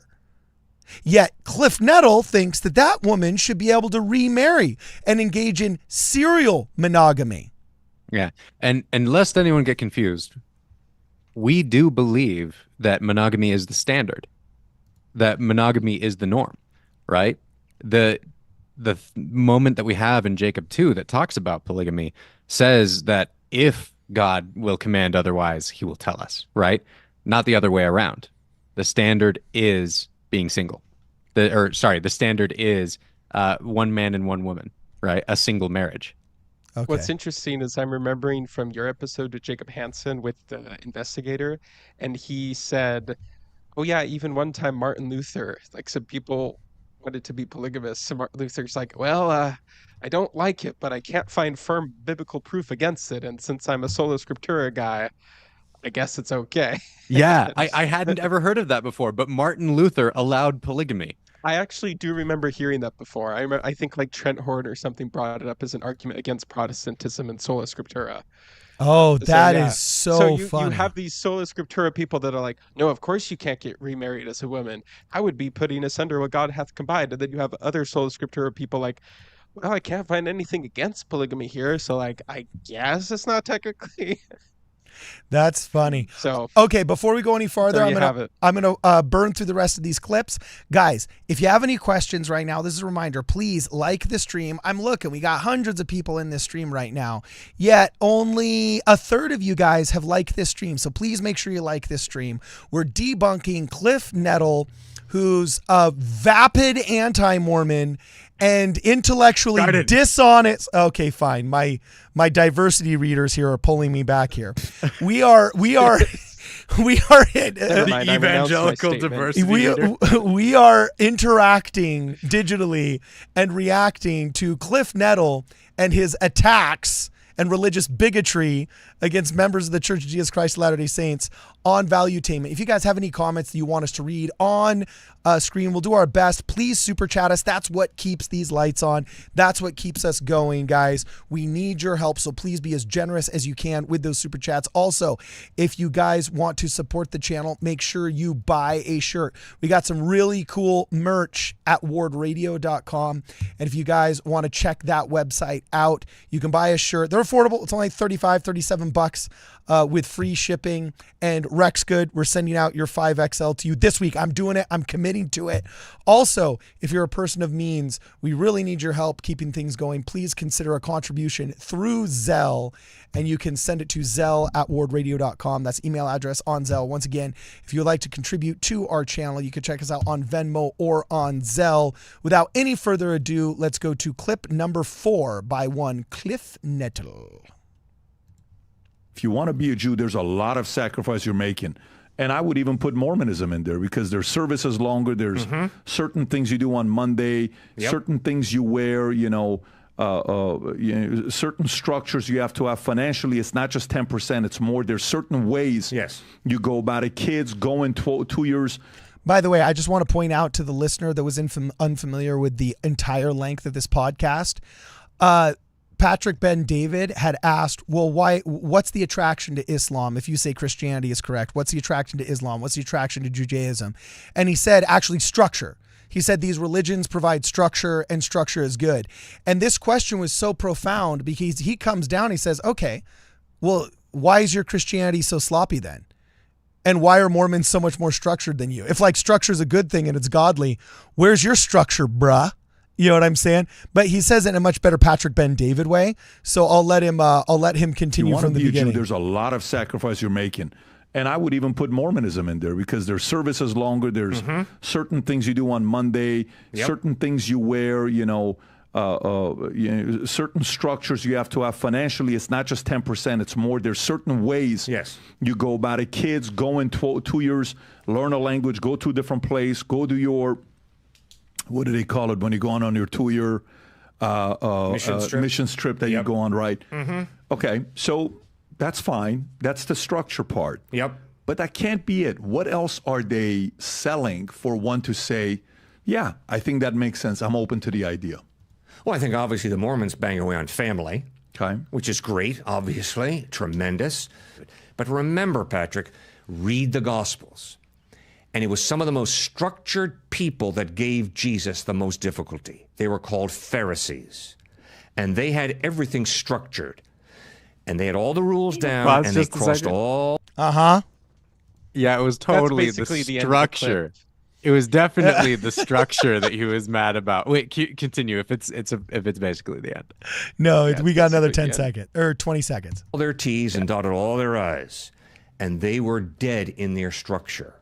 Jesus comes to cause a revolution of the heart where we are overwhelmed by God's amazing grace. Yeah, these are the same people that say Mormonism is trying to lead you astray by having you feel a burning in the bosom. So here he is talking about how you got to listen to your heart and change your heart. But the second your heart tells you to listen to the Mormon missionaries and get baptized in the LDS church, well, now all of a sudden the heart is deceitful and you shouldn't be listening to it. For a guy that literally talks about intellectual honesty and consistency, the only thing consistent about his arguments are they're done in crappy JCPenney button-up collar shirts. He literally wears this shirt in every single one of these videos I've ever seen him in, and it's the only consistency he offers. Okay, here's just a quick thing that I want to point out for Cliff. Lest he understand that, or I want him to recognize, he is kind of presenting Christ's critique of Pharisees incorrectly here, because Christ was not angry with Pharisees for being sepulchres. He was angry with them for being white-hid sepulchres that were outwardly shining, but inward full of dead men's bones, right? He is angry. That is a critique of hypocrisy, not of structure, right? And so when he is going after us because we're bad about being structured, I don't see Christ ever critiquing structure, ever in the scriptures. He's critiquing hypocrisy. And I don't know. There are hypocritical members of the church. There are people in the church who are kind of Pharisaical. Garden. No, literally. Guilty as charged. I'm freaking Andrew the Zealot that is like, bring down thunder on these people, Christ. Bring it down. And Jesus is like, whoa, I don't think you get it, bro. And so here's the thing. When he's talking about these things, I get where he's coming from. And with us being... He wants to call out what he sees as dead works. I think he's kind of viewing us from, again, a faulty perspective where he thinks that we're a works-based religion because he doesn't understand how we view grace being involved, right? I think this is him saying that faith versus works argument without really saying it, right? And diving right into calling us Pharisees because it's easy to say given the examples he was just given. So I think that if Cliffe were to interact with more members of the church and understand what they are saying and who they are, he would see the light of Christ in them. He would start to see the good fruit that we talked about earlier, right? When Christ said, beware of false prophets, that very injunction to beware of false ones means that there will be good ones. There will be true prophets, and it's by their fruits that ye shall know them. Yeah. And the church's stance on the family is the fruit of a good prophet, a latter-day prophet, teaching us what we need to know to be able to come to Christ in these last days. And Cliffe, if you listen to what the Church of Jesus Christ of Latter-day Saints has to say, you'll begin to recognize that, and you might start to feel that swelling within your heart that you just talked about in that clip, and you'll start to recognize the Spirit witnessing to you that the Church of Jesus Christ of Latter-day Saints truly is God's restored church on the earth. Christ still speaks to us today. He cares about us, he leads us, and he loves every single one of us. Yeah. And I would just like to mirror what you say a little bit from a different angle, is that the scriptures openly declare that a bitter font cannot bring forth sweet water and a sweet font cannot bring forth bitter water. And if Cliffe can say, oh, well, they're really good at the family, which is one of the most core important doctrines and you know, good fruits of a Christian life, you have to recognize that's a good fruit. And according to Jesus Christ's definition, sweet water cannot come from a bitter font. So you can't, and he's so convinced of that later on, when being accused of healing of a good act coming from a bitter font, he says, no, I don't do this by the power of Beelzebub. When the Sadducees try and say, you bring forth good fruits, but it is a bitter font because, you know, you do this by the power of Beelzebub. He says a house divided cannot stand, you know, and if I do this by, you know, the power of God, or, you know, I cast out demons and I heal, by what power did your fathers, if I do this by the power of Beelzebub, by what power did your fathers do it? So here's my question for Knechtle, who claims we're the Sadducees. If you're saying, or the Pharisees, yeah. There's a slight distinction. Yeah, okay. Basically. If you're saying that by the power of Beelzebub, we produce good families, I tell you, per the words of Jesus Christ in Sola Scriptura, I'm sorry, bro, but a house divided cannot stand. And if we produce good families by the power of Beelzebub and demon-infested Joseph Smith, by what power do your evangelical churches produce good families? Who's the Pharisee now? Like, it's that simple, and you can't claim to be so intelligent and intellectually honest and well-read and so philosophical that you've gone to the end of these logical conclusions and not see that minefield coming from a mile away. Brad. Oh, I think Luke's got something to say. Oh, okay. If Yeah, not, the problem with the Pharisees wasn't that they were very strict or that they had structure, because Scripture itself gave them a very structured society to live in and be a part of, in the law of Moses, all that kind of stuff. The problem was they were adding all these things onto the law, were like this litmus test of if you were a good person or not. And so if we're going to look at a parallel, you know, they'll say, oh, your temple ordinances are this case. But we just turn it right back around and say the Trinity is this case. You're taking something that's not a standard that Jesus lays out in the four Gospels of what it takes to be Christian. He was very clear, like, he who will do with my will shall know the doctrine whether it is of me. All of his parables are talking about laborers going out in the field, the people investing their money wisely for when the man returns, the people at the wedding having the right garments for the feast, the 5 virgins being wise enough to wait for the bridegroom to come and be ready for him. He wasn't giving any sort of discourse on, like, you got to make sure you get this 3-in-1 thing right, and it's not okay to say I'm a God, you have to say I am God. And he wasn't giving those lectures, or if he was, I guess the 4 gospel writers just kind of spaced on it and forgot to put it in. He was very interested in having disciples that followed him in his path and produced those fruits. So it's just like Brad said, and that's the whole reason why I made the first meme, where we have our Cliffe Knechtle crying, because it's when you realize Jesus never said by their Trinitarian formula ye shall know them, he said by their fruits ye shall know them.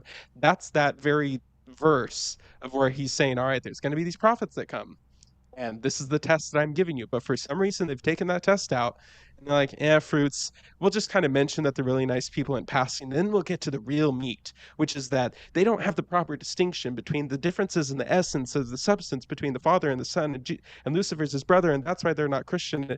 It's this whole new imposed system, which they Pharisaically put over the gospel of Jesus Christ. Yeah, okay, let's catch up on these super chats, and we're already I in got you. overtime, so catch us up on the super chats. We'll listen to the last 2 clips, and then we're out of here. Hit it. Okay. Corianne B. We'll do that at the end.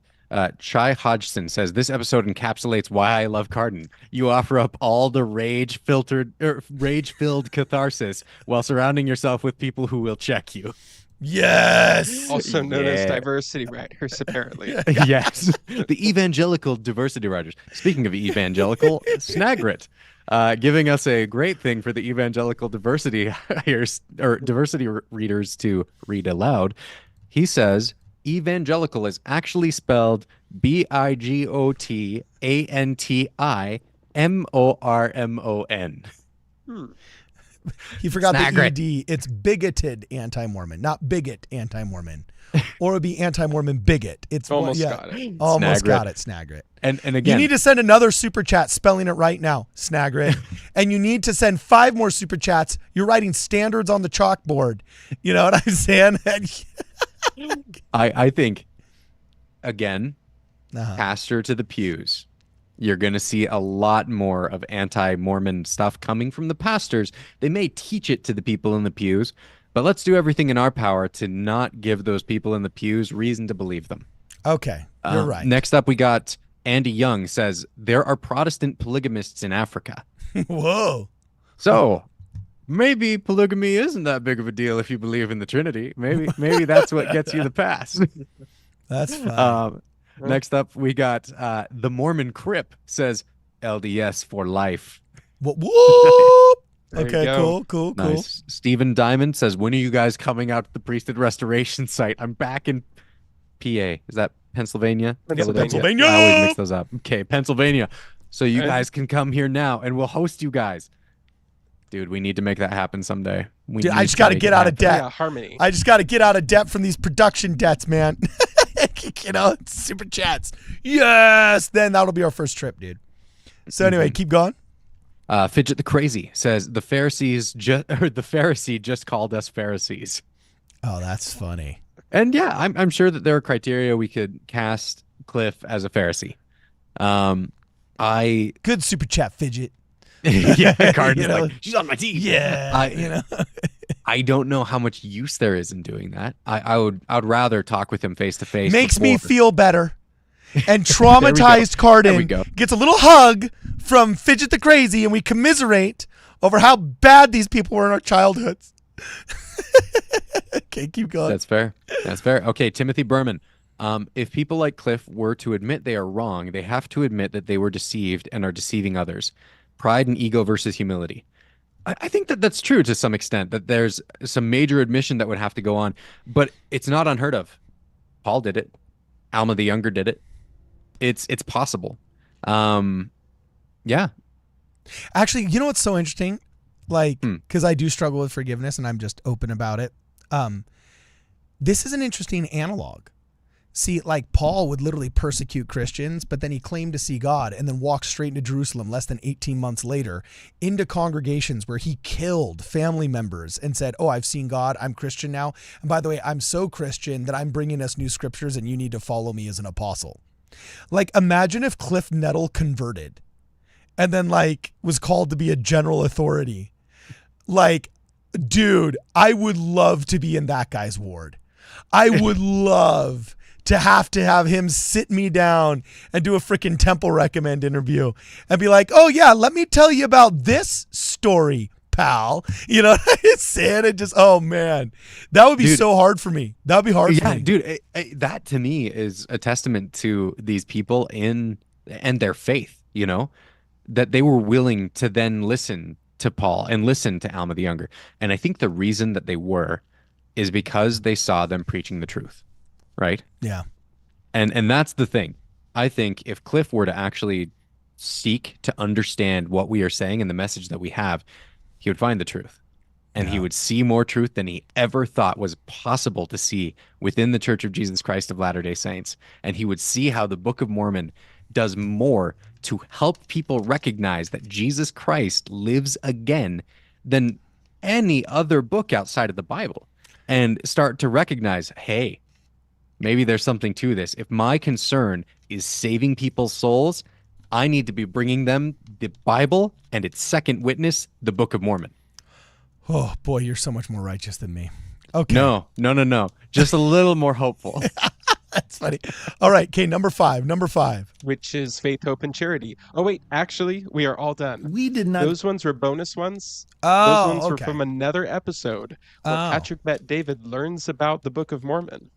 Oh, that's in why. a roundabout kind of way. Okay, so that's Of going to be our Mormon next principles. live stream. Okay, That's going to be okay. another episode, another live stream, something like that, because we're already over time. Yeah. I was so naive, and I was like, we'll get through this thing in 40 minutes, and then we'll Yeah. go on to these other clips. And I was wrong. And I was wrong about that. traumatized Cardin came out, ready to tell you about what it's like growing up in the shadow. It's my of- bad. I should have learned by now. Yeah. I didn't. I'm a slow learner, I guess. Then I But guess I do if want we're to say, yeah, go ahead. Patrick Bet David, I think we should give props to him, especially in that last clip, because he's rattling off like he knows we pay tithing, but he knows we actually also have fast offerings. Like he's aware of that distinction. He knows that church is 2 hours. He forgets that it's called a mission, but he knows that it's 2 years, and all the young people are expected to know it. Like this guy knows some people apparently, and he knows his stuff, and he seems to be very. Or how about respectful. he's a real man that's actually had to have a real job where he had to make real money in fair market value, and he knows the difference between a religious grifter that just spews dogma and somebody that actually has to go out and be a team player to get a job in a corporation actually completed. Then why'd he have him on the show? Well, I mean, you gotta have. You invited him on. But here's the gotta thing. have content, you know, like yeah, gotta have and somebody with a so- following. He's got a following. So Patrick, invite some of us on the show. Let us represent the Church of Jesus Christ of Latter-day Saints. Have some people who live that religion represent it for you in some of these conversations. And Greg Mattson owned his own business. Jacob co-owns a business. Cardin co-owns a business. So you got that vibe going on there. They're your people. Yeah, Reach out. yeah, Hit dude, us for up, real. man. So And it will get you views. Like, I don't know why Joe Rogan hasn't had some sort of like Mormon theologian, or Patrick Bet David hasn't like, how does that episode not do well? Like, We'll when are one of these expose people going to have everything this about the Mormon brilliant church for you. When are one of these people going to be like, wait, everybody likes talking about Mormons. What if I had one of them on? That would probably be a good, like, I don't know when that's going to click for somebody, but when it does, I think it'll Because get you a good amount imagine of views. the Just internet is saying. a zoo. Do you want to go to the zoo to see a zebra, or do you want to go see the ex-zebra? You want to see the actual zebra, right? That's Worst funny. analogy I've ever made. But it was I don't amazing. even know what that would mean. Okay, Yeah, so exactly. are we all What the caught heck up? is an ex-zebra? Are we all caught up on I super think we're all chats? caught up. I We've did got have one my final one that last- changes topic. Okay, what is it? Hit it. Yes. Okay. So, technically too, if we want to try to get into the origin of God, which might be a longer topic than we can we can address do here. that another day. That's fine. What's this one? Hit it. So Corey NB says, a little off topic. Have you seen the recent Times article on Ballerina Farm? I'd love to hear what the women of WardRadio think about it. Okay, well, I'm going to pull this up. haven't. Is it LA Times or New York Times? I think New York Times. Here it is. It says 12 hours ago in Forbes, Ballerina Farm content creator at center of furor over trad wife phenomenon. Oh, gosh. Did some angry cat lady just get angry that somebody that's actually pretty and happy with a husband and children has to be a toxic trad wife? So this is actually a little more sinister than that. Really? I haven't read the entire article yet. I've seen clips of it so far. So I can only respond to this insofar as I've seen small bits of it.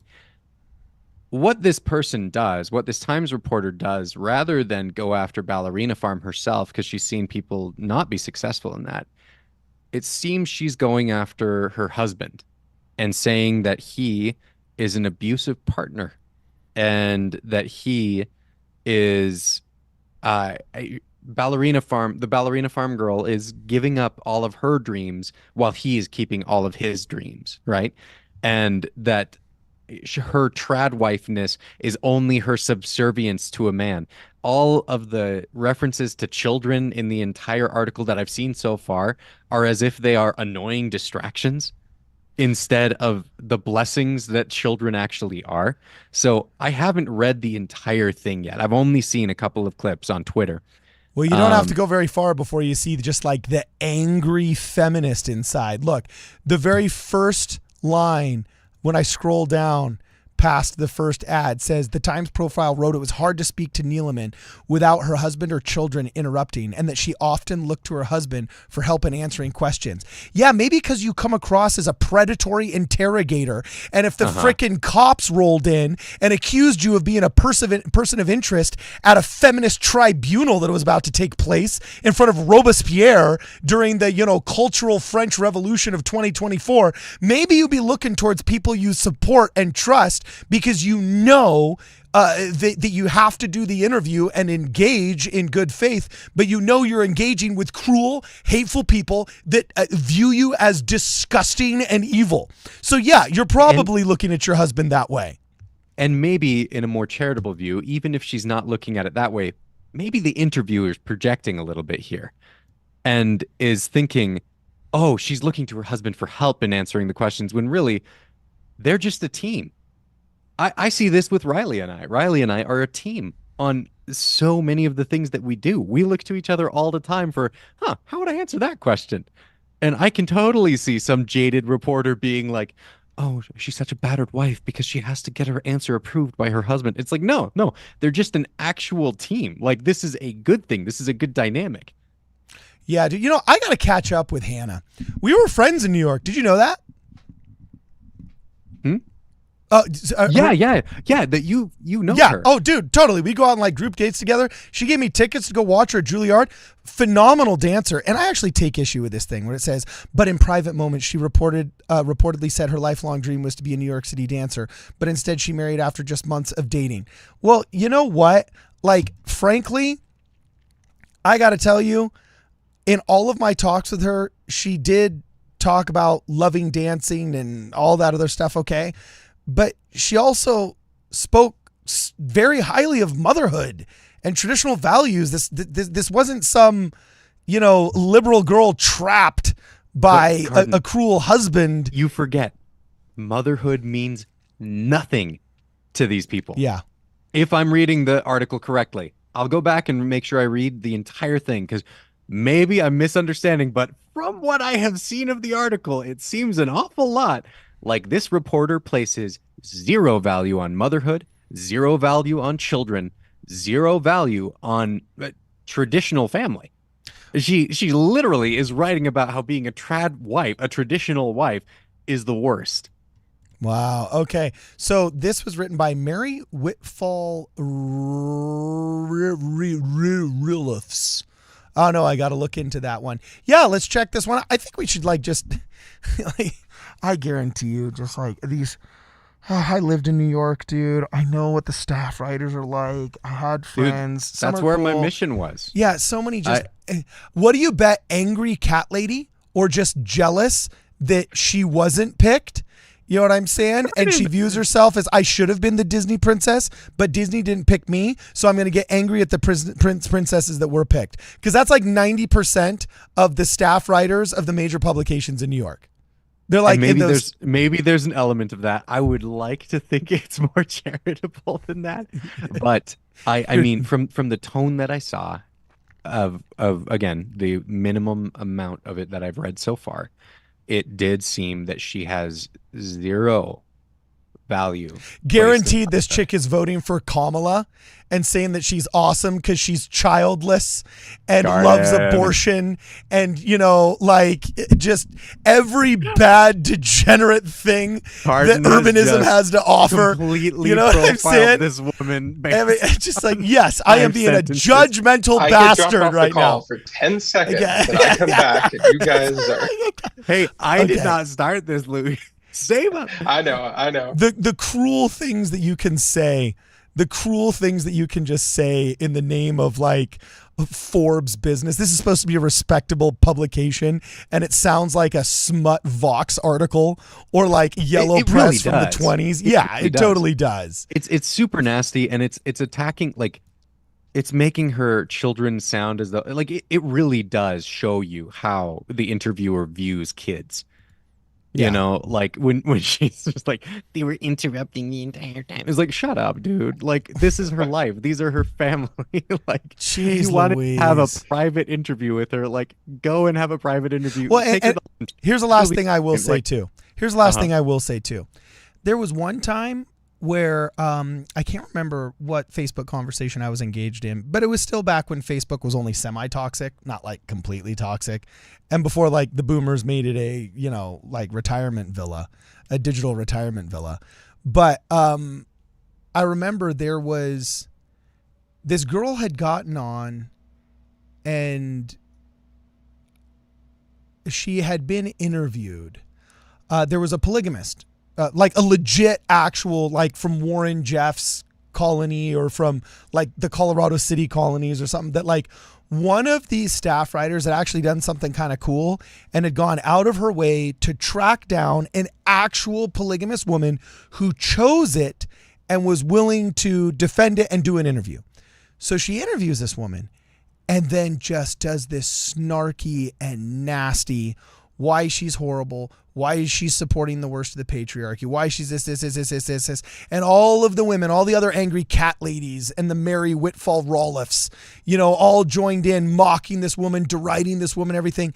And then there's this wise angel just stepped in, like Tulsi Gabbard, when she pointed out in that debate that Kamala Harris used to imprison black men for marijuana violations and keep them in prison as cheap labor against wildfires when she was the Secretary General or the Attorney General of California, and that she has no podium to preach about racism from. Okay. So just like, just like angelic Tulsi Gabbard, this woman comes in and she says, actually, I'm a guidance counselor and a trauma counselor for women who escape abusive situations. And we have so much difficulty getting women to escape these compounds because of articles like this and behavior like you women. Because do you want to know what keeps them on the compound? Do you want to know what keeps them there? All of the men in those compounds say, go out into the world, talk to them. They'll want to abuse you for your body. They'll do something degenerate, horrible. They hate you. They will mock you. They will scorn you and they will deride you. And all this girl got as a reward for having done the interview was hatred, derision, scorn, and mockery. And she literally says, we can't convince them to leave because you guys, as the world outside of their spiritual compound, live up to every single negative stereotype. And maybe if you were actually kind to this woman, we could get her to leave and understand that the world she's living in is abusive. And that's yeah. Cardin, to build off of that, think about it like this. What if Ballerina Farm was actually in an abusive situation? Yes. What do you think would happen if her husband then sees this article that embarrasses him? Like, do you think this reporter cares about Ballerina Farm's well-being? And yet she's portrayed it as though that's the case, right? That doesn't make her the hero in this situation. Like, this is just a messed up thing. Again, from what I understand and what I have read so far, it's something that we should probably look into a little further. And dude, I want to hear what the Latter-day Ladies have to say about this. Yeah, and I got to catch up with Hannah and see how much of this real. Now, I'll tell you right now, I doubt either one of them care enough because if I'm not mistaken, she married the heir to the JetBlue fortune. All right. So, I mean, like, I really doubt she's sweating much of anything, but like, I would like to see how much of this is absolute BS because you want to hear from the actual horse's mouth. Hannah, I'm not calling you a horse. You're a lovely young woman, but you know what I'm saying here, right? So, anyway, yeah. We got a final super chat. Okay, hit the final super chat. Sorry. Latter-day Chad says, didn't I already prove we are brothers? Hebrews 2:11. Hebrews 2 is all about the premortality, the premortal existence. Yeah. Yeah, man. Dude, there is so much of that in the scriptures. Yeah. If you have your eyes open to it, you'll see it. Yeah. It makes a whole lot of sense. This was one of the things that came up with the guy that we were talking with Jacob Hansen just the other day. We were talking about how the Church of Jesus Christ of Latter-day Saints has the best understanding of God's plan. Yeah. That our understanding of what the pre-existence is like, our life here, and how the judgment is going to go, is more just and merciful than any other concept of God you can find. That is the God of Christianity. That's the God of Abraham, Isaac, and Jacob, who were polygamists and people that we should strive to be like insofar as we're following God's commandments. Again, lest anyone clip that. We don't believe polygamy is a thing anymore. That monogamy is the norm. And even if Cliffe has gotten misunderstandings of our beliefs from other evangelicals somewhere down the line, or even other members, if you've misunderstood what they're saying because you guys are crossing hairs because we have some different definitions, I want to reiterate our invitation to you. Come talk to us about it. Talk to us about it. Help us understand where you're coming from. Let us tell you where we're actually coming from, and see if there isn't more light out there that can bring more souls to Christ. Maybe this is why they like, and if you do that, okay, we'll patch you through to Brad and to Luke, and maybe this is why you guys get all of the nice, like, or like people always email you two first. You know what I'm saying? Like, whatever, like, actually, I'd like to clarify, like, okay, so, like, Cardin, like, yeah, he really did call me out for this, and, okay, maybe I should, they always try and broach the topic with you guys, you know what I'm saying? Because they just know that there's an angry host over there who's got one hand sitting on top of a red button, you know what I'm saying? Just like, they're like, I want to call the guy whose hand is not on the red button, you know? So that's funny. All right, so, guys, thank you so much for hanging out with us. Please, if you are able to, make sure you support the channel. Go buy a shirt. We got a new a rack full of hip shirts. They look like this. They're pretty cool. Boom shakalaka. Got the QR code. Got the other secondary logo. And you got the big fat cool thing on back. They're pretty fun to wear around. And I'm starting to see them on Twitter too. I don't know if you guys have noticed, but I've seen people like actually working out in them and unironically, getting caught being seen with them. And I've gotten a couple of text messages and tweets from people saying that, like, oh, I saw somebody else in a WardRadio shirt. So it's pretty awesome, man. They're going out there. So if you could support the channel, please make sure you buy a shirt. Also, if you're a person of means, please consider giving us a contribution through Zelle. And as always, for this and more, please make sure you check us out at wardradio.com.